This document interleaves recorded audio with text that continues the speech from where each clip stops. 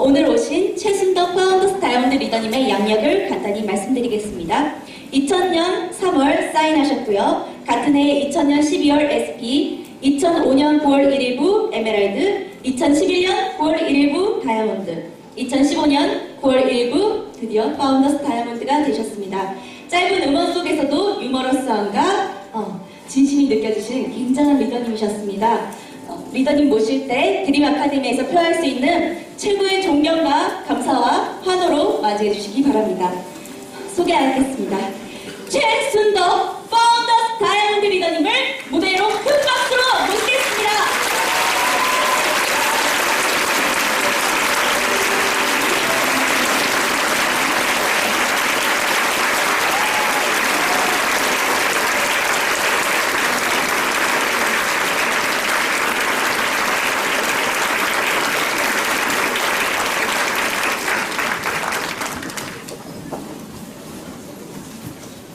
안녕하세요.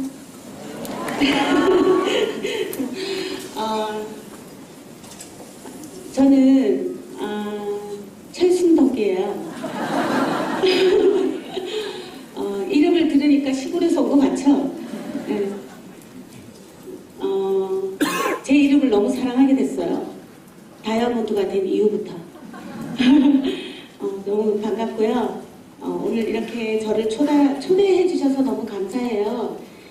저는 정말 시골에서 왔어요. 동해. 동해 아세요? 네. 와보신 분 한번 손들어 봐주세요. 다 놀러 왔었죠? 제가 좀 발음도 부자연스럽고 제가 교정을 하고 있어서 지금 발음도 좀 부자연스럽고 사투리도 좀 써요. 약간 그랬더래요 이런 약간의 그런 억양이 나오더라도 좀 이해해 주셨으면 감사해요. 저는 그 동해에서 굉장히 그냥 태어났어요. 그래서 그냥 오리지널 동해 사람이에요. 그래서 아마 여러분의 여기 서울에 계신 여러 많은 리더님들에 비하면 제가 아마 굉장히 억센 사투리를 쓰지 않을까 이런 생각이 드는데 사람은 억세지 않아요. 억양이 그래요. 제가 저 얘기를 좀 하자면 아까 잠깐 그 강영숙 리더님하고 잠깐 이렇게 앉아서 이렇게 만나서 차 한잔 했는데요. 제가 그 사업을 처음에 하러 왔을 때 약간 사업을 하러 온 게 아니고 그냥 미팅에 서울에 한번 오게 된 적이 있거든요. 그런데 그때 강영숙 리더님이 그 세종대에서 진행을 하시더라고요. 근데 저는 그분이 리더님인지 사업자가 진행을 하는지 연예인이 진행을 하는지 전혀 몰랐거든요. 얼마나 아름다웠는지 그 보석 박힌 목걸이 이렇게 굵은 걸 이렇게 하시고 깜짝 놀라서 시골에서 그렇게 하는 사람 없으니까 처음 봤죠 그런 모습을. 그래서 촌에서 올라와가지고 깜짝 놀랐었는데 어찌나 목소리도 그 옥구슬 같은 목소리에다가 어찌나 이쁜지 제가 그 강영숙 리더님한테 사실은 그 세미나 내용 하나도 모르겠고 빠져있었답니다. 제가 그 얘기를 했더니 비하하신다고 나는 무대 서는 게 싫어서 그때 처음이자 마지막으로 한번 했었던 거라고 이렇게 얘기하는데 정말 아름다웠었어요. 그래서 제가 그 푹 빠져서 아메리가 뭔지는 모르지만 푹 빠져서 봤던 그 리더님 팀의 패밀리에 제가 와서 이렇게 게스트가 될 거라고 꿈이나 꿨겠어요? 정말 꿈도 꾸지 않았던 일이 벌어지는 것 같아요. 정말 너무 반갑고요. 저는 이제 서울을 좀 많이 자주 왔다 갔다 해서 그런지 사실 동해 사람들은요 서울 한번 오는 게 서울 분들 미국 가는 것보다 힘들어요. 그렇게 힘들어해요. 그래서 어떤 분들은 연세 있으신 분들은 한평생 서울 안 왔다 가보신 분 있어요. 진짜로 서울이 어떤지 모르시는 분도 있어요. 근데 저는 이제 아미 사업 덕분에 자주 또 서울에 레그도 있고 하니까 서울을 자주 왔다 갔다 하잖아요. 세미나도 있고 다음 주는 저희는 2박 3일 계속 연이어서 있어요. 거의 서울에서 자주 왔다 갔다 하잖아요. 그래서 제가 속으로 위안을 삼아요. 왜냐면 그냥 사투리 쓰는 서울 사람이야 난. 그냥 그렇게 위안 삼아요. 원래 여기 팀 리더님들이 원래 이렇게 잘 안 웃으시나요? 제가 O형이에요, O형. O형인데 어떤 O형이냐면 굉장히 소심한 O형이에요. 내가 봐도 O형끼는 있는데 분위기에 따라서 O형이 됐다가 스몰 A형이 됐다 이러는 O형이거든요. 근데 어떨 때 분위기를 타냐면 상대방이 저를 향해서 열심히 웃어주거나 내가 웃기지도 않은 말을 했는데 막 웃어주면 O형이 돼요. 그러다가 제가 아무리 얘기해도 한한 모습으로 앉아 계시면 스몰 A형이 돼버려요. 그래서 제가 오늘 스피치는 만약 제가 재밌게 했다 그러면 여러분들이 잘 웃어주신 거고 제가 오늘 너무 심각하다 그러면 여러분이 안 웃어주신 거예요. 감사합니다. 아까 제 양념을 보니까 그렇게 화려하지도 않고 그죠? 그냥 이렇게 따봐 왔죠? 네. 제 원래 성향이 그렇게 막 불붙는 사람도 아니고요. 또 근데 원래 또 성질은 급해가지고 휘딱휘딱 뒤집기는 해요. 그랬던 사람이 제가 이렇게 10몇 년이라는 시간 동안 아메이 사업 속에서 꾸준히 그 시골에서 이렇게 한다는 게 아메이가 정말 비전이고 정말 이 수단이 너무나도 멋지다는 것을 몰랐다면 저는 아마 중도에 12번도 그만뒀을 사람이에요. 제 성향상 그래요. 오래 못해요. 그래서 저희 남편이 저한테 늘 그걸 지적을 했어요. 뭘 하나라면 좀 진득이 좀 해봐. 막 이렇게. 그런데 정말 제가 아메 사업 처음 시작할 때 저희 남편 엄청 반대했거든요. 그 이유가 뭐냐면 넌 뭘 꾸준히 하는 걸 못 봤어. 그런데 이제 보니까 제 아들이 그러더라고요. 저랑 똑같이. 어쩔 수 없죠. 네, 제가 사는 동해를 잠깐 소개할게요. 동해라는 곳에 제가 사업 환경을 한번 말씀드려 볼게요. 동해 이제 조금 있으면 바다 되게 예쁜 거 아시죠? 저는 아메이 덕분에 많은 휴양지를 다녀봤어요. 얼마 전에 호주 시드니를 갔다 왔어요. 뭐 두바이에 가서도 그렇고 뭐 하와이를 가서도 그렇고 많은 예쁜 바다를 많이 봐요. 그런데 동해 바다 같아요. 동해 바다가 참 예뻐요. 특히 이렇게 막 어수룩해질 때 바다 이렇게 쫙 해변을 달리잖아요. 너무 좋아요. 제가 에메랄드가 되고 다이아몬드가 되기 전에 제 남편한테 차를 하나를 사게 허락해줬어요. 내가 사줬다 생각했는데 자꾸 나보고 자기 돈으로 샀다고 자꾸 세워서 네, 저는 사줬다고 생각했는데 오픈카를 사줬어요. 괜찮죠? 남편 공무원이에요. 근데 오픈카를 타고 다녀요. 근데 정말 제가 바다에 사니까 진짜 막 하와이 같은 상상을 한 거죠. 그래 우리도 오픈카를 타고 막 정말 막 해변을 쫙 그런 걸 상상을 했거든요. 그런데 막상 꽂고 나니까 너무 쓸데기 없는 거예요. 오픈카가 보니까 해가 바짝 뜨거울 때는 못 타요. 얼굴 흘러간 것 같아서. 깜깜할 때도 소용없고 추워도 안 되고 바람도 안 되고 비 오면 안 되고 언제 딱 열어야 되냐면 해가 따뜻한 날, 서늘한 날 해가 이렇게 정말 미어미어지는 노을이 질 때요. 그때 날씨가 딱 좋을 때, 해가 이제 좀 꺾였을 때, 이럴 때 그 잠깐 달려야 돼요. 근데 그 시간에 달릴 시간이 없어요. 이런 말로. 너무 쓸데기 없어서 제가 작년에 저희 남편한테 아우디를 선물했답니다. 네, 아메 사업에서 동해 사니까 동해 살아서 촌이라고 조금 무시했었죠. 처음 왔을 때. 제가 사는 동네는 바다가 정말 예뻐요. 그래서 저도 바다가 너무 좋아요. 그래서 저 어떻게 생각하냐면 서울 분들 모든 상황 서울이 다 좋아요. 사실은 모든 조건이 서울이 다 좋아요. 제가 보기에. 그런데 딱 하나 서울 분들 이 바다를 못 보고 사는 게 좀 불쌍해요. 그럴 정도로 바다가 참 좋아요. 막 스트레스 받으면 그냥 이렇게 바다 가서 커피 한잔 마시고 나면 속도 탁 풀려요. 너무 좋아요. 그리고 또 봄이나 가을 되면 이렇게 위로 한 번씩 봐줘야 되죠, 제가. 봄이나 가을 정도 되잖아요? 그러면 산이 너무 좋아요. 그래서 저희 동네는 동네 거의 거리에 아웃도어 입고 다녀요, 다 산다녀요. 산이 너무 좋아요. 근데 전 산 싫어요. 뱀 나올까봐 산에 안 가요. 근데, 그래서 서울 분들은 제가 바다에 사니까 수영 되게 잘하는 줄 알아요. 수영 못해요. 회도 잘 먹을 줄 모르고. 그런데 이제 그렇고, 겨울이 되면 스키장 가까이, 아시죠? 뭐, 용평이 뭐고 다 강원도 쪽이잖아요. 스키장도 가까워요. 그리고, 저희 집에서 한 5분만 차를 타고 나가면, 요즘 저희 남편이 이제 골프에 빠져 있는데 5분만 나가면 바다와 맞물린 나인홀 필드가 쫙 있어요. 그러니까 봄, 여름, 가을, 겨울 정말 평화로운 곳이에요, 사실은. 그래서 동해라는 곳에 길들여져 버리면 다른 곳에 가서 잘 못 살아요. 그럴 정도로 동해가 굉장히 평화로운 곳이에요. 너무 평화로운 곳이기 때문에 제가 사업을 전달하는데 애로사항이 좀 있어요. 너무 평화로워요. 그리고 보는 게 별로 없어요.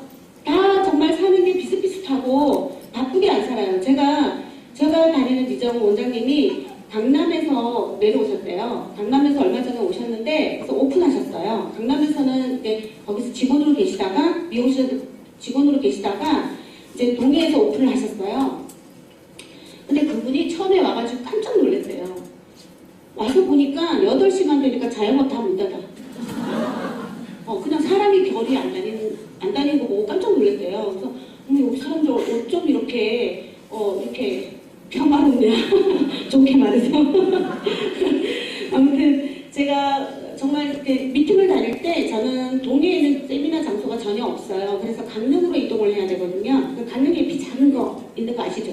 그러니까 서울 강서나 제가 이제 이렇게 분당이나 강서나 강남에 이렇게 와보면 저희 AP, 강릉 AP 와보셨어요? 안 와보셨죠? 그냥 창고라고 생각하시면 돼요. 서울에 비하면 저희는 약간 물류 창고 같아요. 그냥 조그만해요. 정말로. 그래서 서울에 계신 리더님이 저희 AP를 보고 신기해서 사진을 찍어요. 저희는 서울에 오면 너무 예뻐서 럭셔리해서 사진을 찍고 그분들은 아니 아직도 이런 게 존재하고 있다니 이래서 사진을 찍는 거죠. 저는 이제 그 강릉을 다닐 때 지금은 이제 고속도로 쪽으로 빠지는데 그게 뚫리기 전에 저는 이제 망산 쪽으로 이렇게 지나서 이게 강릉을 가거든요. 망산 바닷가 쪽을. 그러면 정말 여름에 정장 입고 아침에 운전을 해서 이렇게 다 가는데 보면 망산 쪽에 오면 비키니 입은 여름에는 비키니 입은 애들이 그 차 앞을 왔다 갔다 이렇게 지나다니거든요. 그러면 비꼈다가 이렇게 저희가 지나가야 되는데 진짜 유혹이 돼요. 그냥 핸들 틀어서 그냥 바다 쪽으로 가고 싶을 때가 정말 많았어요. 그럴 때마다 제가 마음속으로 다짐했죠. 저런 시시한 휴가나 이제 더 이상 안 즐길 거야. 내가 이거 아껴놨다가 나중에 정말 멋진 여행 다닐 거야. 정말 그렇게 했더니 제가 정말 올해도 정말 저희 여행 스케줄이 얼마나 많은지 몰라요. 그래서 언제 저희가 이렇게 됐나 싶을 정도로 정말 인생이 바뀐 것 같아요. 여러분이 갖고 있는 그 수단, 아메이라는 비즈니스 진짜 여러분들이 생각한 것보다 훨씬 더 많을지도 몰라요. 그렇기 때문에 절대 어떤 상황에서도 여러분들이 정말 타협하지 않으셨으면 좋겠다는 생각이 들어요. 제가 아메 사업을 처음 시작하게 된 건 2000년도쯤에 제가 사인을 하고 미팅을 처음에 나오게 된 계기가 있어요. 저는 처음에 만날 때 뭘 하고 있었냐면 남편은 공무원이었고요. 너무 평범하죠. 근데 정말 사람들이 앞에 게스트가 오시면 평범하다 하는데 난 나만큼 평범한 사람 못 본 것 같아요. 진짜 저는 평범해요. 근데 정말 남편은 공무원이고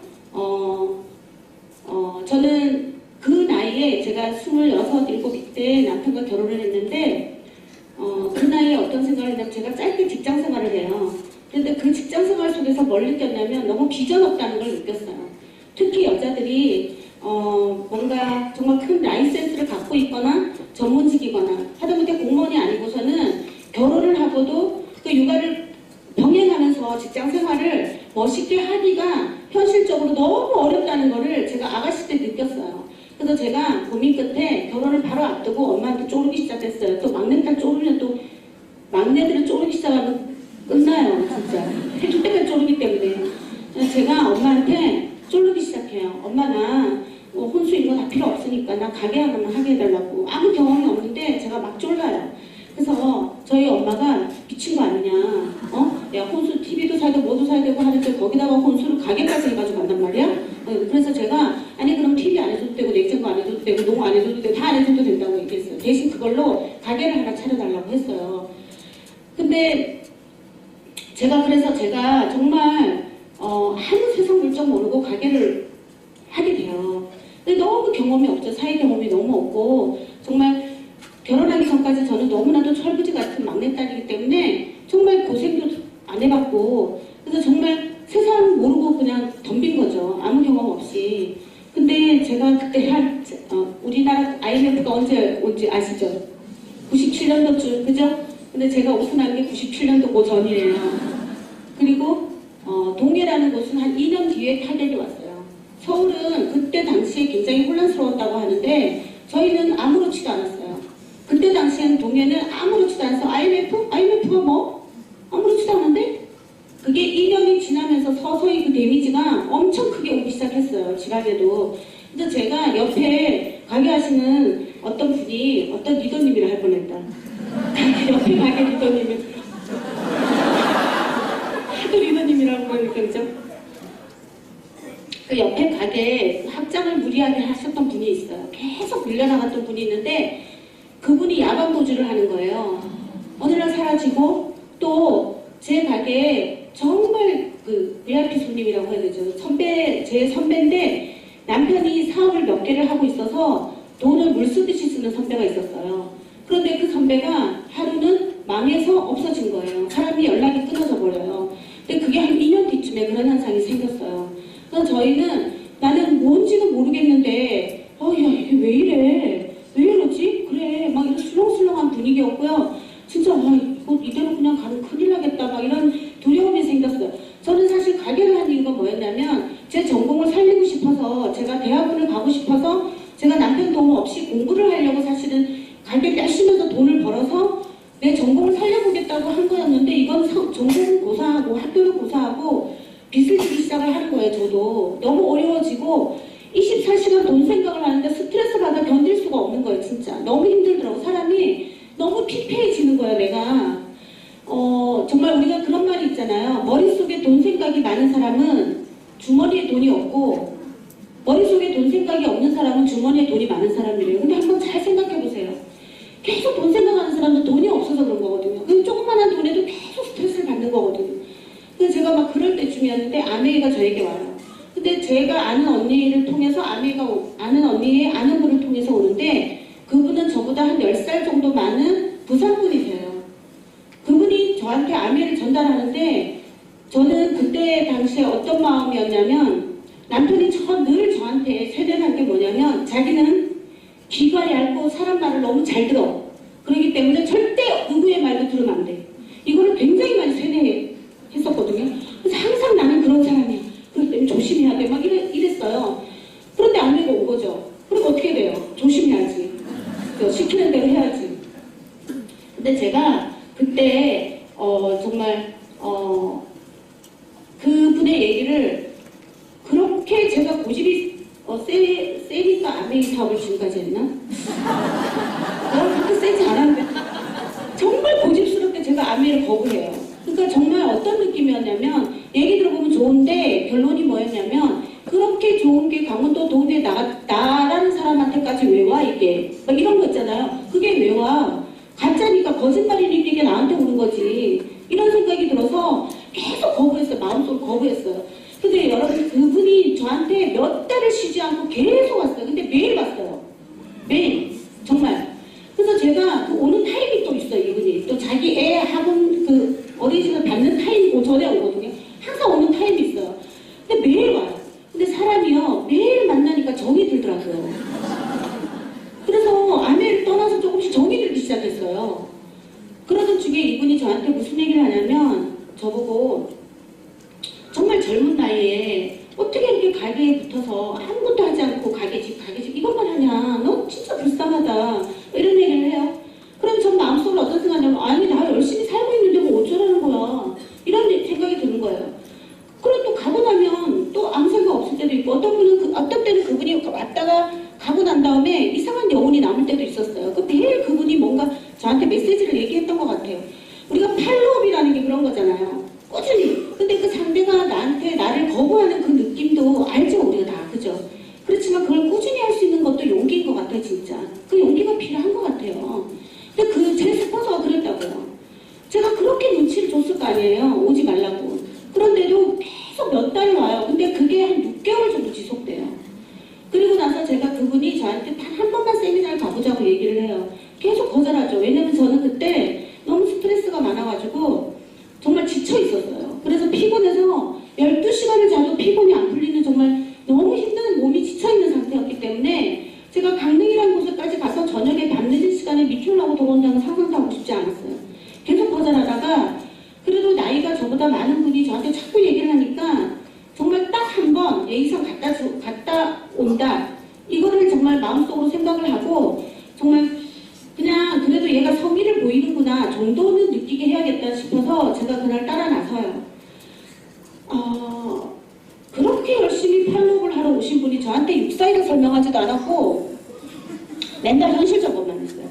그래서 유통이 어떻게 된 것도 모르겠어요. 아무것도 모르겠고 아무튼 그냥 갔어요. 갔는데 제가 그날 암의 사업을 정말 귀를 열게 한, 내 마음을 열게 한 계기가 돼요. 정작 그날이. 나는 그날이 내 인생에 있어서 결정적인 날이라고 저는 생각해요. 저는 사업 설명할 때 한 번도 이 얘기를 빠뜨린 적이 없어요. 제가 그날 갔을 때 제가 아무것도 모르고 갔기 때문에 그분의 사업 설명을 하는 건지 경제 뭔가 그런 강의를 하는 건지는 기억이 전혀 안 나요. 안 나고요. 그분은 직업이 뭐였냐면 부산대 교수인지는 모르겠지만 아무튼 교수님이었고요. 경제학을 전공했는데 부산대 강의를 한다는 얘기 들었어요. 그분이 오셔서 강릉에서 강의를 하게 됐죠. 그래서 사업자가 강의를 한 건지 아니면 그냥 경제학 강의를 사업자들이 초대해서 한 건지는 모르겠지만 아무튼 그분의 강의를 듣게 되는 날이었어요. 그래서 저는 진짜 그날 굉장히 많은 남자분들도 양복을 입은 채로 너무나도 멀쩡하신 분들이 너무 많이 오셨어요. 그리고 저도 그래 원래 이런 다단계 피라미드 같은 게 다 이런 분위기인가 보다 뭐 이러면서 그냥 제가 그냥 가만히 뒷줄에 앉아 있었어요. 앞에 얘기는 다 모르겠고 기억이 저 지금도 안 나요. 그런데 중간쯤에 그분이 어떤 질문을 해요. 여기 계신 분들 제가 그분이랑 똑같은 질문을 제가 여러분한테 지금 할까 해요. 아까 IMF가 97년도에 왔다고 그랬잖아요. 혹시 방송에서 IMF라고 말하기 전에 미리 우리나라가 곧 IMF가 될 것이다 라는 것을 알았던 분 한번 손 들어 보실래요? 한 분도 안 계세요? 그러면 IMF라고 방송에서 대중 매체를 통해서 알았던 분 손 들어 보세요. 그때 나는 IMF가 뭔지 알았다. 안 드시는 분은 화난 거죠. 이것도 아니고 저것도 아니고. 그죠? 지금 대다수가 방송을 보고 알았다고 얘기하죠. 그때 그 분위기도 마찬가지였어요. 한 명도 앞에는 손을 들지 않았고요. 그때 알았던 분 손 들어보라고 하니까 다 손 들었어요. 그래서 제가 속으로 생각했죠. 그러면 그게 방송에서 나와야 알지. 그러면 방송에도 안 나오는데 우리가 어떻게 IMF인지 알아. 이렇게 생각을 했죠. 여러분도 그렇게 생각되지 않으세요? 그런데 그분이 결정적인 얘기를 해요. 우리나라는 앞으로 선진국을 향해서 계속 나아갈 거고 지금의 IMF를 통해서 하는 구조조정, 이 시대적인 어지러움은 앞으로 이건 시작에 불과하다. 앞으로 제2, 제3, 제4의 IMF가 우리나라는 계속 오게 돼 있다. 그런데 그럴 때마다 그 경제 흐름의 피해자, 희생양은 바로 여러분입니다. 이렇게 얘기를 하는 거예요. 정보가 없는 바로 여러분들입니다. 이렇게 얘기를 하는 거예요. 저는 그 시간에 깜짝 소름이 확 돋았어요. 진짜 그 얘기에 무슨 얘기를 하는 거야? 그러니까 그분이 뭐라고 얘기를 하냐면 내 친구들은 이름을 대면 알만한 친구들 뭐 기업가도 있을 거고 알만한 사람들이 있다. 그리고 내 친구들은 나름 똑똑한 친구들이 있다. 그런데 그 친구들은 우리나라가 IMF가 오기 바로 전에 IMF가 왔을 때를 준비해서 뭔가를 준비했고 그때 굉장히 많은 돈을 벌었대요.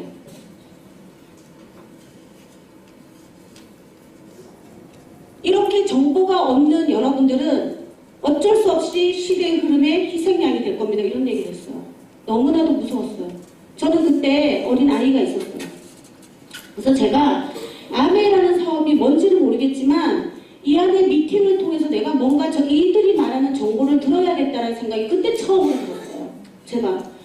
그래서 정말 굉장히 마음에 큰 여운을 안고 돌아왔고 그리고 나서 제가 바로 한 것도 아니죠. 그렇다고. 그죠? 그리고 나서 마음이 정말 많이 열렸어요. 제가 그랬기 때문에 아마 서울을 왔다 갔을 거예요. 그날 강현수 리더님이 목걸이 보석을 이렇게 여기다 하고 어찌나 아름다운지 제가 푹 빠져 있었답니다. 진짜. 목소리 옷구슬가 진짜 너무 예뻐서 제가 야 너무 세련됐다. 너무 이쁘다. 막 이러면서 그 내용에는 관심도 없고 그리고 집을 동해를 다시 내려가요. 그러면서 제가 서서히 제가 이 미팅을 다니기 시작을 하면서 아멘 사업이 시작된 것 같아요. 딱 스타트가 언제라고는 말할 수 없지만 그 계기가 그날이에요. 저는 그러면서 제가 한 9%, 9%에서 아주 헤매다가 6%, 9%에서 아주 헤매다가 그냥 그럭저럭 했죠. 그냥 내 생활에 손에 피해 안 되는 선에서 시간 할애하고 뭐 이러면서 그냥 그럭저럭 그러면서 9%에서 12% 넘는 것도 아주 힘겹다. 막 이렇게 가면 1000만 포인트는 언제 가는 거야? 막 이러면서 그러면서 제가 거기서 왔다 갔다 이렇게 다람 쥐 쳇바퀴 돌리듯 이렇게 하거든요. 그런데 제가 그 전에 나한테 한 약속이 하나 있었어요. 용기가 너무 안 나더라고요. 사실은 아멘 사업이 좋은 건 이제 미팅 나와서 알겠는데 하려고 마음을 탁 먹는 순간 내가 할 수 있을까? 나같이 의지도 없는 애가 할 수 있을까? 너무 무서운 거예요. 또 하려고 막상 하니까. 근데 제가 그때 우리 아들이 4살 정도 됐을 때였어요. 우리 큰아들이 하나 있었는데 큰아들이 4살 때였던 것 같아요. 그때 교회를 갔다 와서 아이를 씻기고 아이를 낮잠을 재웠어요. 잘생긴 얼굴은 아니지만 내가 낳은 아들이라 얼마나 예쁜지 그 아들을 보면서 제가 결단을 해요. 사실은 제가 그래서 힘들 때마다 그 순간을 기억했어요. 제 아들 이렇게 손을 잡고 남편도 없었고 아들은 자고 있었고 아무도 들을 사람이 없었어요.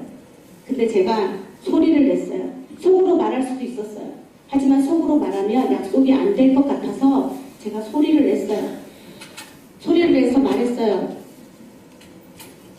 성원아, 엄마는 동해에서 태어나서 우물 안의 개구리처럼 사는 것 같아. 이 세상이 얼마나 넓은지 잘 몰라. 근데 내가 낳은 너는 이 세상이 얼마나 넓은지 보여주고 싶어. 그런 엄마가 되고 싶어.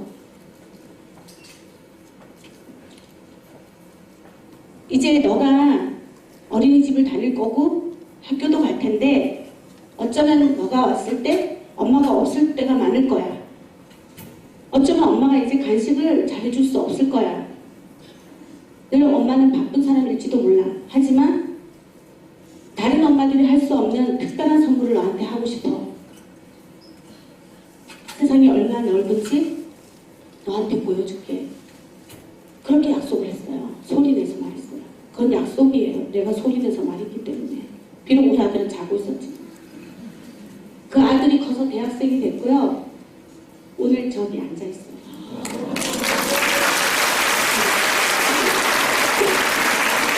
엄마가 오늘 강의를 한다고 그냥 기숙사에 있다 왔어요. 그래서 응원하러 온 것 같아요. 용돈 받으러 온 건지. 네.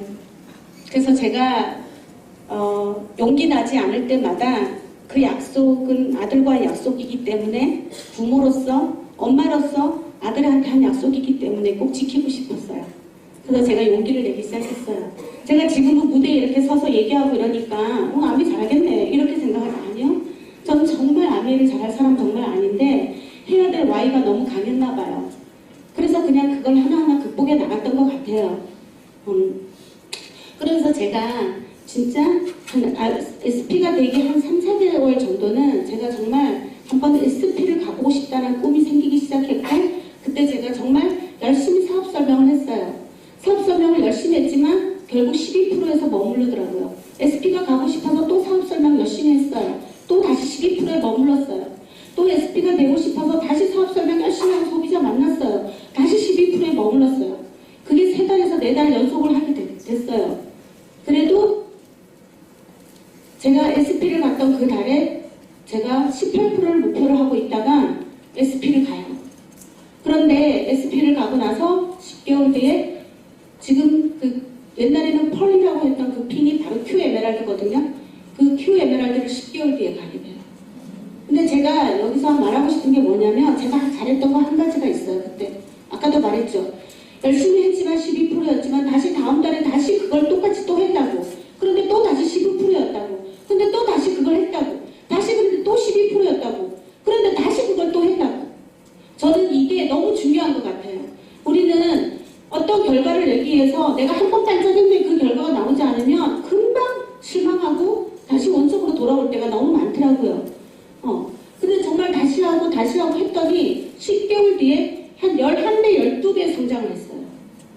정말 제가 정말 이 비즈니스라는 세계가 너무나도 정말 내가 모르는, 내가 감히 상상할 수도 없는 무한 가능성이 있는 것이구나라는 생각을 그때 하게 돼요. 저는 지금도 어떤 걸 많이 생각하냐면 우리가 세미나를 듣고 뭔가 이렇게 열정이 생기면 우리가 흥분과 열정을 좀 헷갈릴 때 있죠. 흥분한 거하고 열정은 좀 달라요. 어떤 분은 이 흥분이 마치 열정이라고 생각하시는데 흥분은 그냥 잠깐 부르르게 바로 꺼지는 게 흥분하신 거고요. 그거는.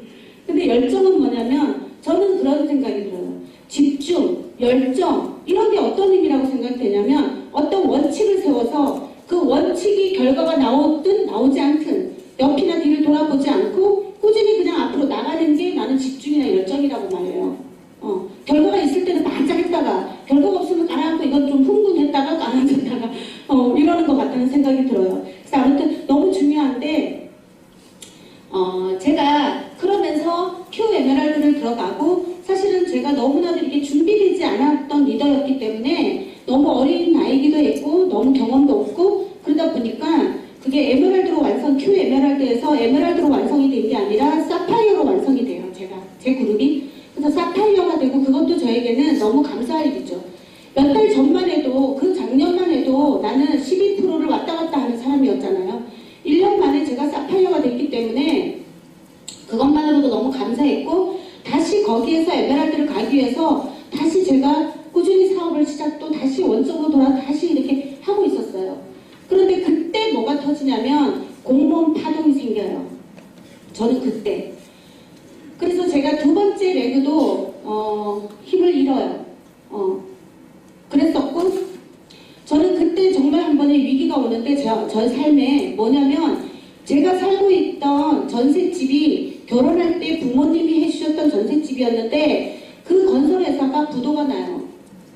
그래서 제가 살고 있는 대단지에서 저희 동만 그 부도가 나는 동이 돼요. 그 건설회사에서 전세자를 받았기 때문에 저희 신혼집이거든요, 거기가.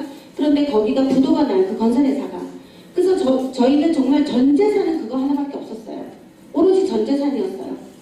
저는 저희 아버님은 동계 삼척 전 지역에서 세 번째 안에 들어가는 굉장히 큰 개인 기업으로 세 번째 안에 들어가는 굉장히 큰 기업 사업가였었어요. 중요한 거 뭔지 아세요? 쫄딱 망했다는 거예요. 그래서 정말 그때 아버님의 경제력도 없는 상황이었기 때문에 남편은 남편 수입에 우리 수입에서 일정 부분을 계속 부모님의 생활비를 도와야 되는 상황이기도 했거든요. 그런데 그때 정말 그 전재산인 저희 집이 이제 날아가게 된 상황이죠. 그러니까 그 동은 조용했겠어요? 어땠냐면 매일 밤마다 하루에 몇 번씩 아침, 점심, 저녁으로 방송이 뭐가 나오냐면 매일 모이라 그래요. 왜냐면 이거 대책위원회 같은 거 있잖아요. 그걸 매일 해요. 매일 모여서 매일 똑같은 얘기를 매일 되풀이해요. 그런데 결론이 안 나요. 우리끼리 모여서 사람들이 아무리 얘기해도 이 큰 대기업과 싸워서 될 만한 뭐가 없어요. 그러니까 우리끼리 머리를 쥐어 짜는 거예요. 사람들이. 매일 모이라 그래요. 근데 저는 그때 비록 제 레그는 그렇게 성장하고 있었지 않을지 몰라도 제가 매일 그 자리에 가서 그걸 회의하고 싶지가 않더라고요. 왜 그랬는지 모르겠어요. 저도 지금 제가 그때 어쩜 그랬을까 싶을 정도로 제가 놀라워요. 거기 그때 전세자들은 모두가 모여서 어떻게 하면 이 전세금을 안 날릴까? 어떻게 하면 이 집을 분양받을 수 있을까? 어떻게 해야 돼? 변호사를 사야 돼? 데모해야 돼? 서울 올라가서 데모하자? 뭐 이런 얘기들이 쉬지 않고 나왔어요. 그런데 저녁마다 모이는 그 시간은 제가 사업을 해야 되는 시간이었거든요. 제가 한 번도 거기에 참석하지 않아요. 근데 제 마음속으로 제가 서서히 뭐를 생각하냐면 그 집을 내려놓기로 그냥 포기하기로 마음먹어요. 그런데 제가 아침에 일하려고 이제 현관에 아파트 현관에 이렇게 딱 나가잖아요. 차례로 딱 나가면 그 아파트 현관에 그 놀이터 있고 이렇게 쉼터 같은 거 있잖아요. 거기에 아줌마들이 전부 다 세상에 얼굴이 그렇게 화장도 안 한 얼굴로 핏기 없는 얼굴로 전부 다 이렇게 아줌마들 다 이러고 서가지고요. 그랬대. 뭐 어떻게 하래. 우리 삼촌이 그러는데 이렇게 하래. 막 이러면서 서로 계속 그런 얘기만 하고 있는 거. 오로지 관심이 이 전세금 어떻게 할까 이거밖에 관심이 없는 거예요. 근데 그때 제가 그 시간에 저는 일을 하러 나가야 되잖아요. 이렇게 탁 나가잖아요. 그러면 어제 저녁에도 회의 안 나왔잖아요. 찍힌 거지. 착 찔러봐요. 근데 그게 뒤통수가 다 내가 없어질 때까지 그게 얼마나 뜨거운지 몰라요. 근데 제가요, 그때 제 남편한테 정말 용기 내서 한 가지, 제 인생이 저희 어쩌면 제가 그 순간에 그런 결단을 하지 않았다면 지금 제 인생은 이렇게 변하지 않았을 것 같아. 단 한 가지, 그 전세비만 얻어냈을 거예요. 아니면 그 집 하나 건졌을 거예요. 아마. 그리고 제 인생이 달라질 건 아무것도 없었을 거예요. 제가 남편한테 뭘 제안하냐면 전 재산이 그거라 그랬잖아요. 그런데 그거 내가 남편한테 그냥 포기하자 그래요. 이 조그마한 등치에 이 조그마한 사람이 어떻게 그렇게 가감했을까요? 저는 그때 이미 아메이가 나에게 너무나도 많이 소중했어. 진짜. 다른 것과 바꿀 수가 없었던 거지. 내가 그 집을 포기해야 된 이유가 뭐냐면 그 분위기, 그 기운으로 내가 계속 거기에서 언제가 끝날지 모르는 이 전쟁 같은 이 상황을 제가 차라리 벗어나서 밝은 기운으로 내가 아메를 해야 되겠다라는 생각. 내 사업에 이것이 이 잘난 전세기가 내 사업에 내 인생에 이게 뭐 얼마라고 이런 생각이 드는 거예요. 그래서 제가 남편을 완전히 막 매달려요. 나 이사 가고 싶어. 이사 갈 거야. 여기서 벗어날 거야. 그리고 나 홈미팅 열심히 할 거야. 조금 거실이 조금 지금보다 넓은 데로 나 가야 되겠어. 그래서 사람들을 불러서 나 홈미팅 해야 되겠어. 그때도 사실은 홈미팅 하고 있었어요. 그런데 그때 분위기는 어땠냐면 사람들이 영혼 없는 홈미팅. 그냥 순환버스 돌듯이 그냥 요일되고 오는 거죠. 그러니까 결국은 정말 리더들만 정말 이렇게 살아있지 않은 눈빛으로 열정이 다 식은 눈빛으로 리더들만 이렇게 앉아서 그 자리를 지키는 홈미팅을 사실은 하고 있었어요. 하지만 단 한 번도 그 홈미팅을 안 하지는 않았단 말이에요. 근데 제가 이대로는 안 되겠다는 생각을 했는데 제가 그때도 또 둘째 아이를 임신을 한 상태예요. 그래서 정말 지금 부도가 나고 아무튼 그런 상황에서 제가 남편을 쫄라서 제가 정말 저희 남편은 어떤 스타일이냐면 딱 공무원 아저씨 스타일이에요. 할부 안 돼. 대출 안 돼. 이런 사람은 큰일 나는 사람이죠. 너무 웃기죠? 그죠? 그런데 정말 남편한테 그거 내가 다 갚을게. 공무원 대출 잘 되잖아. 공무원 장점 대출 잘 된다. 딱 한 가지. 대출 잘 되잖아. 최대한 대출 받아서 나 지금 옮겨야겠어. 나 어떻게든 홈미팅 살려내고 싶어. 제 기분으로 시작하고 싶어. 매일 회의에 못 나가니까 사람들이 눈치 주고 이 전쟁이 언제 끝날지 몰라 사실은. 우리 이거 아까워서 절절매지 말자. 우리 정말 다시 시작하자. 막 이러면서 남편은 엄청 구워 삶아요. 정말. 근데 남편이 엄청 스트레스 받아 하더라고요. 그 성격에. 그래서 제가 계속 저 사실은 처음이자 마지막으로 돈을 빌려봤어요. 그때. 그래서 제가 정말 그렇게 해서 제가 그냥 그 부도난 집을 그냥 빈 채로 놓고 그냥 빈 집으로 놓고 제가 이사를 해요. 그런데 제가 여기서 정말 중요한 얘기 할게요. 제가 이사를 하기 한 달 전부터 몇몇 리더들을 모아놓고 마음을 모으기 시작해요. 우리 정말 다시 처음부터 다시 시작하자. 새로운 마음으로 다시 시작하자. 리더들의 마음을 모으기 시작해요. 그 팀이 마음을 하나로 모은다는 거 너무 중요하잖아요. 그죠? 그러면서 한 달 뒤에 그날 우리 홈미팅이 시작될 건데 우리 그날 다 같이 모여서 홈미팅을 하자. 그리고 우리 진짜 홈미팅도 하고 홈미팅 하자. 제 스스로 사실은 제가 그때 어떤 마음의 결단이 생겼냐면 홈미팅이라는 건 리더들에게는 홈그라운드 같아요. 내가 정말 사업인데 그 운영을 내 능력으로 한번 해볼 수 있는 유일한 미팅 아니에요, 그게? 그런데 그 미팅을 대충 한다? 그건 내 사업을 대충 하는 거랑 똑같은 거잖아요, 사실은. 그죠? 그래서 제가 그때 진짜 사업다운 미팅을 해보자 라는 마음으로 정말 리더들과 계속 제가 얘기를 해요. 그래서 우리가 정말 카운트 들어가듯이 하루하루를 세면서 그 오픈하는 날, 홈미팅을 오픈하는 그날을 기다려요. 사실은 그때 당시에 어땠냐면 리더들이 한 5명 정도 있을 때였어요. 나 공무원 파동으로 분위기는 엉망진창이었고 공무원들이 사업할 수 없는 상황이 되니까 전반적인 분위기가 굉장히 많이 깔아앉았던 거 아시죠? 몰랐어요. 동네에서도 알았는데. 그때 공무원 레그들은 많이 그랬잖아요. 타격이 컸잖아요. 그죠? 그래서 정말 분위기가 막 굉장히 안 좋을 때였거든요. 그때 저희가 그런 거 아무것도 안 하고요. 그러니까 그 상황, 분위기 중요하지 않다라는 거지. 내가 해보니까. 근데 제가 그렇게 해서 마음을 모아서 저희가 카운트를 딱 세고 그날 홈미팅을 확 오픈을 해요. 어땠게요? 어땠을까요? 저희 집 거실이 미어 터졌어요. 5명이 앉아서 하던 홈미팅이었어요. 정말 영혼 없는 홈미팅을 하고 있었어요. 어쩔 수 없이 하고 있는 홈미팅. 혹시 여기 계신 분들이 픽업하고 싶으시면 내 집 홈미팅부터 재정비 들어가세요. 집안 분위기 싹 바꾸고 제가 이래가지고 홈미팅을 해가지고 지금 맨날 홈미팅 이렇게 열심히 해가지고요. 프리덤에서 홈미팅 전문 강사. 심지어 다른 팬들의 홈미팅 설명하러 간 적도 있어요. 네, 아무튼 제가 그래서 홈미팅을 그래서 제가 정말 그때 거실이 터져나가요. 신발장에 신발을 현관문을 열어서 현관 바깥으로 신발이 나가야 돼요. 너무 놀랍죠? 너무 놀랍잖아요. 그게 한 달 만에 리더들의 마음이 모아진 결과예요. 여러분의 팀도 마음을 모으세요. 마음을 모아서 결단하세요. 일단 우리 홈미팅부터 기본에 충실하자. 왜 안 돼? 이거 아니고 해보자. 그래서 제가 그때 정말 이사를 하고 얼마 뒤에 Q 에메랄드를 들어가게 되는 거예요. 그래서 제가 에메랄드를 들어갈 때 첫 번째 레그가 겨우 1000만 포인트를 하고 있었고요. 두 번째 레그가 거의 12%에서 15%를 왔다 갔다 하는 레그였고요.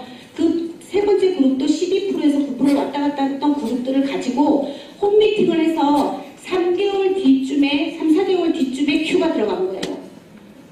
사람들이 많아지니까요. 확 살아나기 시작하는 거예요. 그러면서 댐스가 굉장히 많이 나오기 시작하는 거죠. 그래서 제가 Q가 들어갔고 어렵지 않게 에메랄드가 마감이 됐어요. 바로 다음에 바로 파운더스 에메랄드가 되죠. 그런데 제가 에메랄드를 마감을 할 때 첫 번째 레그 겨우 1000만 포인트를 겨우 유지했던 레그는 루비, 사파이어 볼륨, 두 번째 사파이어 볼륨이 됐어요. 그리고 세 번째가 1500만 포인트가 됐었어요. 정말 그 홈미팅에서 팀이 다 살아난 거죠. 다 살아난 거죠. 그죠? 그렇게 해서 제가 파운더스 에메랄드가 되면서 제가 정말 남편한테 했던 그 약속 있죠. 내가 다 할게.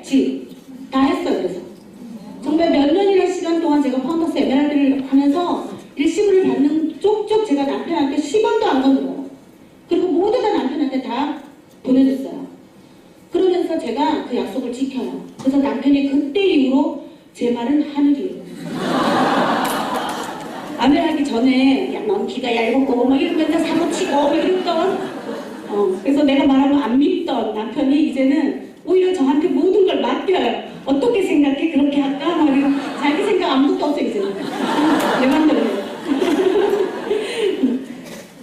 근데 정말 여기 계신 분들한테 제가 한 가지 말하고 싶은 건 사업이라는 건요. 앞으로도 저도 마찬가지일 거예요. 안 되는 순간도 많아요. 오히려 저는요. 365일 중에 364일이 안 되는 것 같아요. 아까도 저희 남편하고 차를 타고 오면서 어떤 얘기냐면 그래도 우리 많이 좋아졌다. 그래도 우리 정말 많이 달라졌다. 또 여기서 또 다시 또 출발하자. 그래 근데 그 속에 우리가 멀리 떨어져 있어요. 여기서 보니까 우리 진짜 많이 성장했다. 이게 보이지만 그 안으로 쭉 해서 들어가면 매일 사건 사고잖아. 그죠? 매일 답답하고 매일 사업 설명하면 매일 거절당하고 그죠? 매일 소비자 제품 안 쓴다하고 미리 초대하면 매일 거절당하고 이거잖아. 그죠?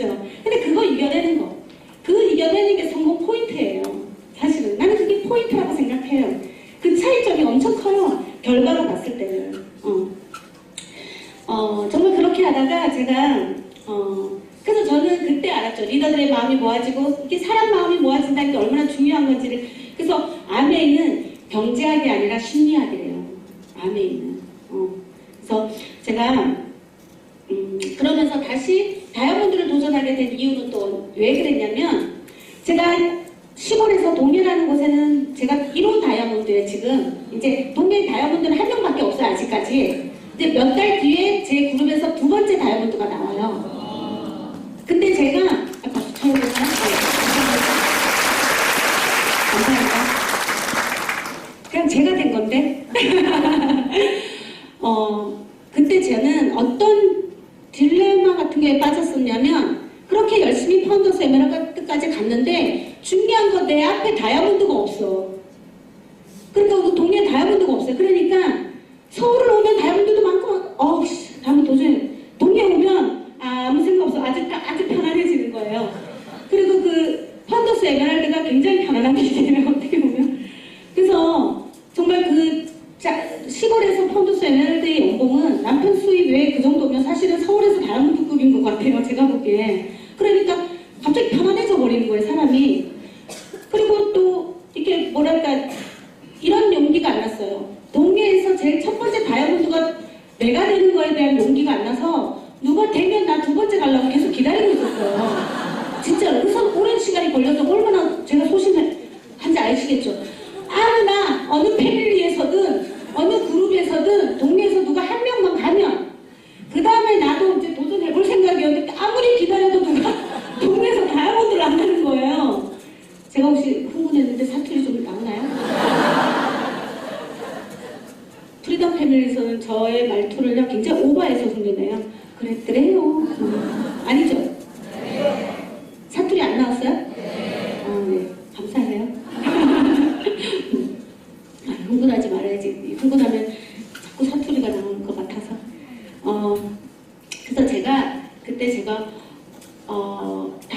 다이아몬드에 대한 그게 일단 누가 한 명이 가면 가려고 기다리고 있었기 때문에 그러고 후지부지 그냥 그렇게 편안하게 그냥 에메랄드 유지하면서 그냥 이러고 있었어요. 이러고 있었다가 제가 50주년, 지금 우리 곧 있으면 60주년이에요. 60주년, 그죠? 60주년 오잖아요. 제가 50주년에 저희 그룹의 10명 정도의 리더와 함께 50주년 미국 라스베가스를 가요. 엄청나죠? 네. 그 다음에 또 갔다 왔어요. 한 10명 또 데리고 또 미국 갔다 왔어요. 근데 제가 50주년 행사 때 라스베가스만 가고 50주년 행사를 그것만 보고 오진 않았겠지. 미국까지만 갔는데. 그죠? 그래서 저희가 그때 그 미국 본사 이런 거 다 보게 돼요. 근데 제가 그때 그 미국 본사를 들어갔는데 아시죠? 이렇게 핀 상태면 일정 핀 상태면 동판에 이름이 이렇게 새겨져 있다 이런 말 많이 들어보셨잖아요. 사업 설명할 때. 그때 제가 동판에 근데 참 신기하죠. 사람이 그 많은 이름 중에 내 이름은 그렇게 빨리 알 수 있어. 이상하게 진짜 이상하더라고요. 오빠 내 이름 찾고 싶어 했는데 거기에 영문으로 최선도 이렇게 써.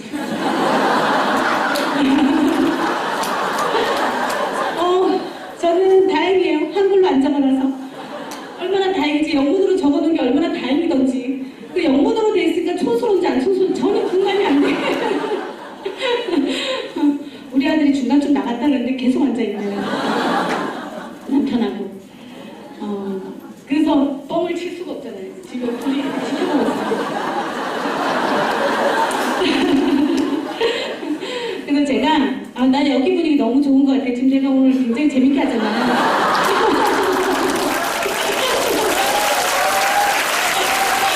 감사합니다.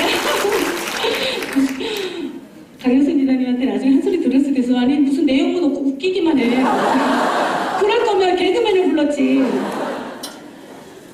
그때 제가 그때 미국을 가요. 미국을 가는데 그 행사도 정말 그 행사에 대한 얘기를 하자 그러면 할 말이 많지만 그 동판에 새겨져 있는 나를 기억하는 아메 행사에 감동을 해요. 제가 그 말로만 듣던 그 얘기, 그 말로는 들었죠. 제 이름이 있겠지, 있다 했으니까. 근데 진짜 내 이름을 딱 발견하는 순간 나를 기억하는 아메이에 갑자기 내가 울컥했어요. 거기에 강원도, 그 한국이란 작은 나라에 강원도, 강원도에서 또 그것도 동해, 춘천이나 원주도 아니고 동해 있는 최순덕 기억하는 아메회사에 너무 감사했어요. 진짜. 여러분들 혹시 그러면 다이아몬드 갈 수 있을 것 같으면 사민에서 미국 가서 동판에 자기 이름 한 번씩 보여보세요. 제가 그때 돌아올 때 정말 많은 생각을 하게 돼요. 비행기 안에서. 싼 비행기로 갔기 때문에 앞에 TV도 없어. 죽을 뻔했어요. 근데 제가 그걸 앉아서 잠도 오지 않아. 잠도 오지 않고 많은 생각을 했어요. 다이아몬드를 도전해야겠다. 그 마음이 싹 살아나는데 갑자기 겁이 확 나고 또 다시 살아나고 겁이 확 나고 그걸 계속 반복했어요. 그리고 제가 돌아와서 고민하기 시작해요. 나 다이아몬드 가야겠다. 다이아몬드 가야겠다. 어떻게 해야 되지? 어떻게 하면 되지? 그렇게 수도 없이 저는 미팅을 한 번도 빠진 적이 없어요. 그렇게 미팅을 빠지지 않고 열심히 들었는데도 내 머릿속에 갑자기 뭘 해야 되고 다이아몬드가 되면 갑자기 하루아침에 막 잠 안 자고 뭘 해야 될 것 같고 막 그런 느낌 있잖아요. 내가 뭘 해야 되지? 내가 할 수 있는 게 뭘까? 막 고민에 빠졌어요. 정말 기도 많이 했어요. 근데 제 마음속에 하나의 결론이 탁 내리는데 그렇구나. 그런 거지. 라는 결론이 내려졌어요.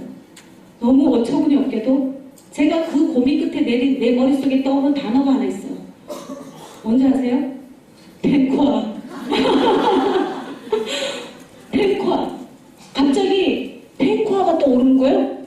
고민을 했는데 그러고 생각하니까 제가 돌이켜 생각해 보니까 내가 그 탱코아를 정말 제대로 한 게 그렇게 아메 사업을 오래 했다고는 하지만 제대로 한 시기가 많지 않더라고. 정말 냉정하게 보니까 그냥 뭐 미팅도 아니고 이것만 하는 거였지 정말 내가 탱코아를 제대로 정말 한번 제대로 온전하게 그 성공의 열쇠라는데 그걸 정말 온전하게 해본 적이 없더라고요. 그래서 저는 감히 얘가 여러분한테 부끄럽지만 하고 싶은 말이 뭐냐면 아메 사업은 항상 더 기본에 내가 필이 올라갈수록 더 기본으로 내려오는 필요가 있겠다는 생각이 들어요. 복잡하지 않고요. 더 기본에, 더 심플하게 기본에 충실하면 된다는 생각이 들더라고요. 더 없어요. 다이아몬드 저도 그렇게 생각해요. 지금 저는 수석을 도전하려고 지금 준비하고 있는데 그러면 뭐 엄청난 게 있을까요? 아니요. 이제는 알 것 같아요. 기본에 정말 내가 하고 있는 그 기본을 충실히 하는 게 너무 중요해요. 한번 여러분도 오늘부터 탱커 한번 정확하게 한번 해보세요. 한번 해보세요. 그냥 형식적으로 하지 마시고요. 온전히 정말 내 거라고 생각하고 한번 제대로 해보세요. 제가 그래서 그렇게 하려고 하니까 제가 뭔가 의지가 또 필요하겠더라고요. 그래서 제가 어떤 또 약속을 하냐면 제가 안에서 한번 처음 스타트 할 때 아들을 붙잡고 했던 그 약속은 약속이었다라고 얘기한 것처럼 제가 저희 집에는 늘 홈미팅과 뭐 미팅을 다른 미팅들을 하기 때문에 사람들이 리더들이 늘 북적거리는 집이었거든요. 그런데 한쪽 벽에 제가 탱코한 일지를 30일치 한 달치를 딱 붙여요. 왜 그랬냐면 저는 제 그림도 하물며 내 그림도 사람들 보는데 안 놔도 난 냉장고에 못 붙여요. 사람들 볼까봐. 그러니까 나 혼자 봐요. 그러는 성격이거든요. 그런데 제가요 용기 내서 내 탱코아 일지를 딱 벽에 붙여요. 그리고 사람들한테 얘기했어요. 나 이제부터 탱코아 일지를 쓸 건데 한번 보라고. 그리고 제 스스로에게 어떤 약속을 했냐면 거짓으로 기록하지 않겠다. 이건 내 약속이었어요. 파트너들이 보고 있다고 거짓으로 쓰지 않겠다. 그리고 그 탱코아 일지가 그날부터 제가 카운트에 들어가기 시작해요. 탱코아를 정말 제대로 하기 시작하죠. 그리고 그 탱코아 일지가 빼곡하게 되도록 내가 도전하기 시작해요. 예를 들면 사업 설명 주 2에서 3회 그럼 일주일에 2번에서 3번이 거기 우리가 NMB에 들어가 있잖아요. 그죠? 아니 매일 그걸 한번 도전해보기 시작한 거죠. 탱코아 일지를 놓고 매일 체크하면서 내가 빠지고 있는 게 뭐지? 뭘 빠뜨리고 있지? 오늘은 내가 뭘 안 했지? 이거를 딱 원칙을 세워놓고 제가 하기 시작을 해요. 저는 파운더스 에메랄드로 너무 편안하게 있었던 사람이었기 때문에 사실은 사이드 레그가 굉장히 그렇게 크지 않았어요. 약했어요. 사실은 약했어요. 그래서 사실 다이아몬드를 도전하려고도 엄두도 안 냈던 이유 중에 하나예요. 근데 제가 그때 정말 그 탱코아 일지를 쓰면서 숙제를 하듯이 제가 이제 하기 시작을 하죠. 내가 뭘 덜 했지? 내가 뭘 더 했지? 뭐 이런 것들을 하면서 제가 계속 그렇게 하기 시작하죠. 그러면서 제가요, 3개월이 지나는 무렵에 세 레그가 다 세팅이 돼요. 너무 신기하죠? 저도 너무 신기했어요. 정말 그렇게 말로 성공의 열쇠다, 뭐 성공의 가장 이거는 성공의 뭐라 그러지? 아무튼 이 방법이 그 시스템이 가장 정확하다라고 말을 했음에도 불구하고 그거를 내가 그렇게 온전한 마음으로 하지 않았더라고요. 그런데 제가 정말 그걸 정말 정확하게 하기 시작했어요. 했는데 3개월이 지나는 무렵에 제가 다이아몬드 레그가 세팅이 됐어요. 그 중에 한 레그가 가장 작은 레그는 정말 그 레그는 답이 없는 레그였어요.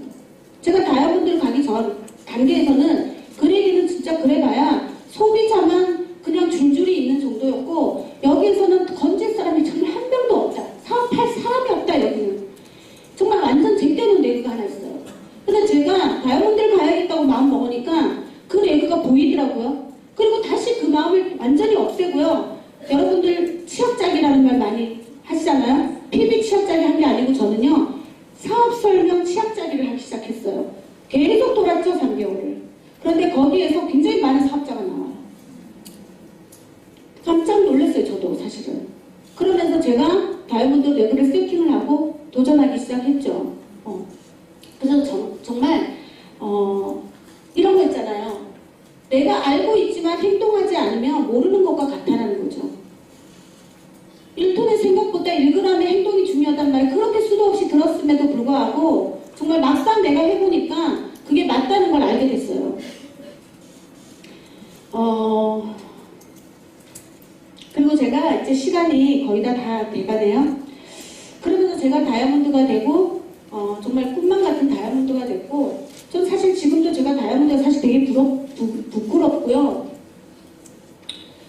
하지만 이 자리를 제가 잘 지켜내고 또 다음 길을 향해서 나아가려고 하는 이유는 내 파트너들이 이제 다이아몬드를 꿈꾸고 또 그들이 앞으로 나아가는 제가 그 길이 통로가 된다는 걸 이제는 알았어요. 여러분, 아내 사업을 하는 어떤 분이 건설 현장에서 콘크리트를 붓고 있는 거예요.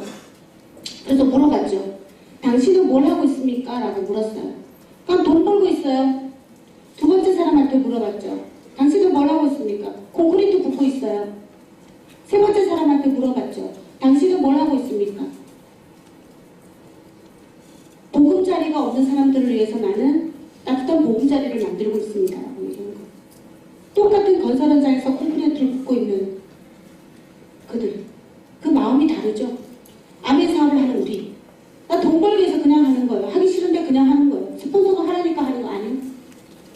정말 이제는 우리가 어쩌면 여기 계신 분들이 리치처럼 세상에 많은 사람들에게 어쩌면 기회가 될 수 있는 그 기회를 여러분들이 보여줄 수 있는 여러분들의 꿈이, 희망이 그들에게 여러분이 될 수 있다는 거죠. 그런 아내를 우리가 해야 되지 않을까. 정말 사명감 가지고 이제는 나는 해야겠다는 생각이 굉장히 많이 들더라고요. 저는 사실 아까 아들에게도 했던 약속처럼 저는 다른 건 모르겠지만 내가 엄마로서의 어떤 자리, 아내로서의 어떤 자리를 잘 지켜내고 싶은 사람 중에 하나, 여러분도 다 마찬가지잖아요.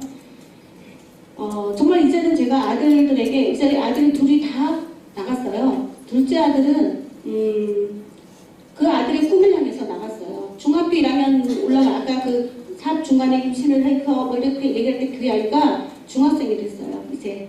그런데 그 아이도 이제 밖으로 나갔어요. 그래서 남편하고 저만 사는데 이렇게 아이들이 일찍 집을 떠날 거라고 생각 못했네요. 그런데 제가 사실 정말 저희 남편과 제가 너무 감사한 게 뭐냐면 그 아이의 꿈을 위해서 그 아이가 선택한 길이에요. 그게 뭐냐면 제가 그 아이가 5학년 때쯤 제가 그 다이아몬드 몇몇 리더님들과 함께 이 아이를 굉장히 멋진 미국 LA 여행을 시켰어요. 한 10주간에 한 2,500만 원 정도에 드는 여행이었어요.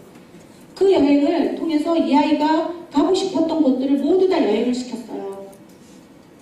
저에게 꿈 중에 하나거든요.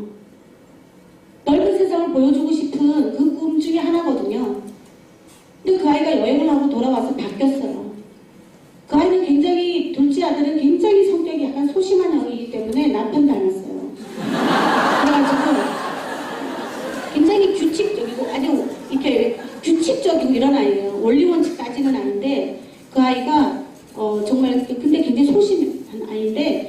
미국을 여행을 하고 돌아와서 함께 여행했던 그 친구들에게 굉장히 큰 영향을 받은 거예요. 그래서 얘가 자기가 돌아와서 딱 하는 말이 뭔지 아세요? 엄마 미국에서 딱 돌아와서 엄마 동네가 진짜 작은 것 같아요. 이제 알았지? 그래서 엄마가 많은 여행을 해보라고 계속 얘기했던 거야. 그렇게 얘기했어요. 그래서 그 아이가 꿈이 생겨서 집 꿈을 위해서 중학교 1학년 아이가 집을 떠났어요. 그래서 정말 제가 남편 공무원이에요. 정말 아내 사업이 아니었다면 그 아이들의 뭔가 꿈을 날개를 달고 뭔가 날아갈 때 어쩌면 저는 그 날개를 꺾는 엄마가 되어 있을런지도 모르겠어요. 근데 이제는 그 아이들이 원하는 그냥 너가 좋아하는 해. 그렇게 말해줄 수 있는 엄마인 거 진짜 아내 사업 하시는 분들 정말 다 그렇게 얘기하잖아요. 그죠? 저만 그런 게 아니에요. 근데 저도 진짜 그런 엄마예요. 아들이 보고 있어서. 네. 솔직하게 말할 수 있죠.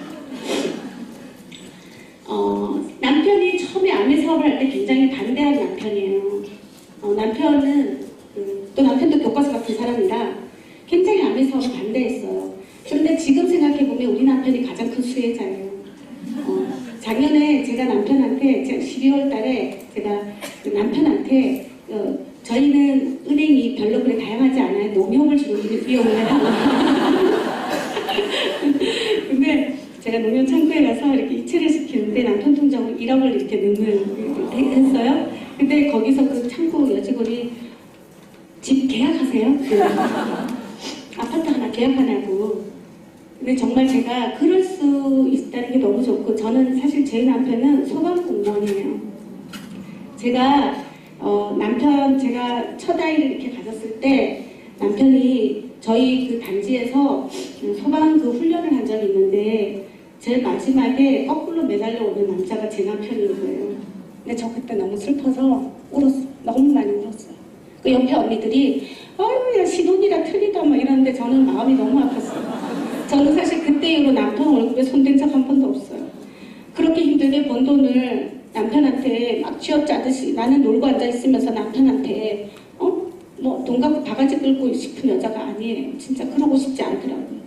그래서 지금은 알아서 자기가 다 하죠. 그때 이후로 저는 한 번도 남편한테 이렇게 막 돈으로 그렇게 바가지 끌고 본 적이 없어요. 그 일 하나만으로도 참 힘들어 보였어요.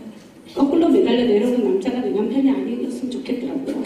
근데 지금은 정말 남편이 너무 편안하게 직장 생활하고 있고 그냥 언제든지 이제는 퇴직 준비를 하고 있어요. 그래서 그런 게 너무 좋고 정말 여러분들 준비하지 않는다는 거 너무나도 위험한 일이라는 거 아시죠? 도박보다 더 위험한 게 준비하지 않는 거래요. 도박하는 것보다 더 위험한 거라고 그래요. 아내 사업을 하면서 저는 정말 너무 좋은 것 중에 하나가 뭐냐면 이제 제 친구들은요 이제 어느 정도 나이가 있다 보니까 자기 일을 보통 15년에서 20년 한 친구들 많아요. 그래서 세 친구가 만났어요. 작년에 세 친구가 만났는데 한 친구는 춤을 추는 친구예요. 재즈 뭐 이렇게 같은 걸 하는 친구인데 15년 이상을 했어요. 몸이 딸고 딸을 정도로 했어요. 그리고 두 번째 친구는 수학과의 선생님이었어요. 그리고 저. 그래서 이 세 사람이 15년 전에는 가장 초라했어요, 제가. 그런데 15년이 지난 지금은요, 저는 파워스 다이아몬드죠. 그런데 그 친구들은요, 이제 정말 춤을 추는 친구는 더 이상 기력이 떨어져서 춤을 출 수가 없어요. 내가 봐도 너는 이제 더 이상 춤을 추는 게 동기부여가 안 돼. 젊은 애들 뭐 하라 그래. 막 이러고 아무튼 그래요. 그런데 중요한 건 자기가 춤을 추고 그만뒀을 때 뭐 하냐고. 춤을 추다 그만뒀을 때 뭐 하냐고. 과외하는 아이도 한때 잘 나갔어요. 그래서 아메이 하는 나를 휴지 갖다 주는 나를 조금 우습게 봤다고 하더라고요. 그래서 제가 열받았죠. 그래서 제가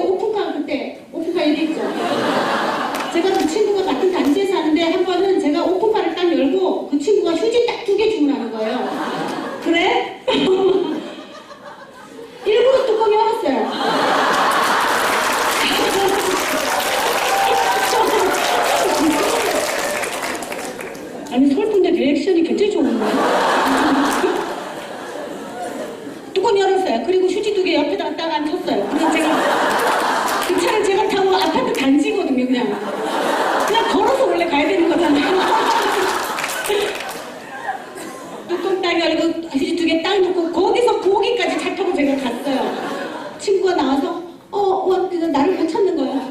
여기! 그날 이후로 그 친구 후원돼서 지금 플래티넘 문제.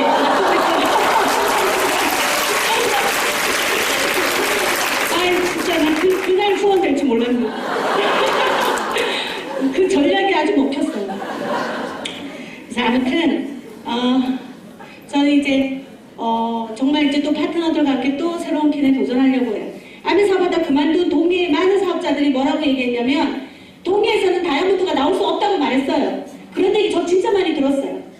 못 나온다. 안 나올 거다. 그런데 이제 너무 통쾌해요.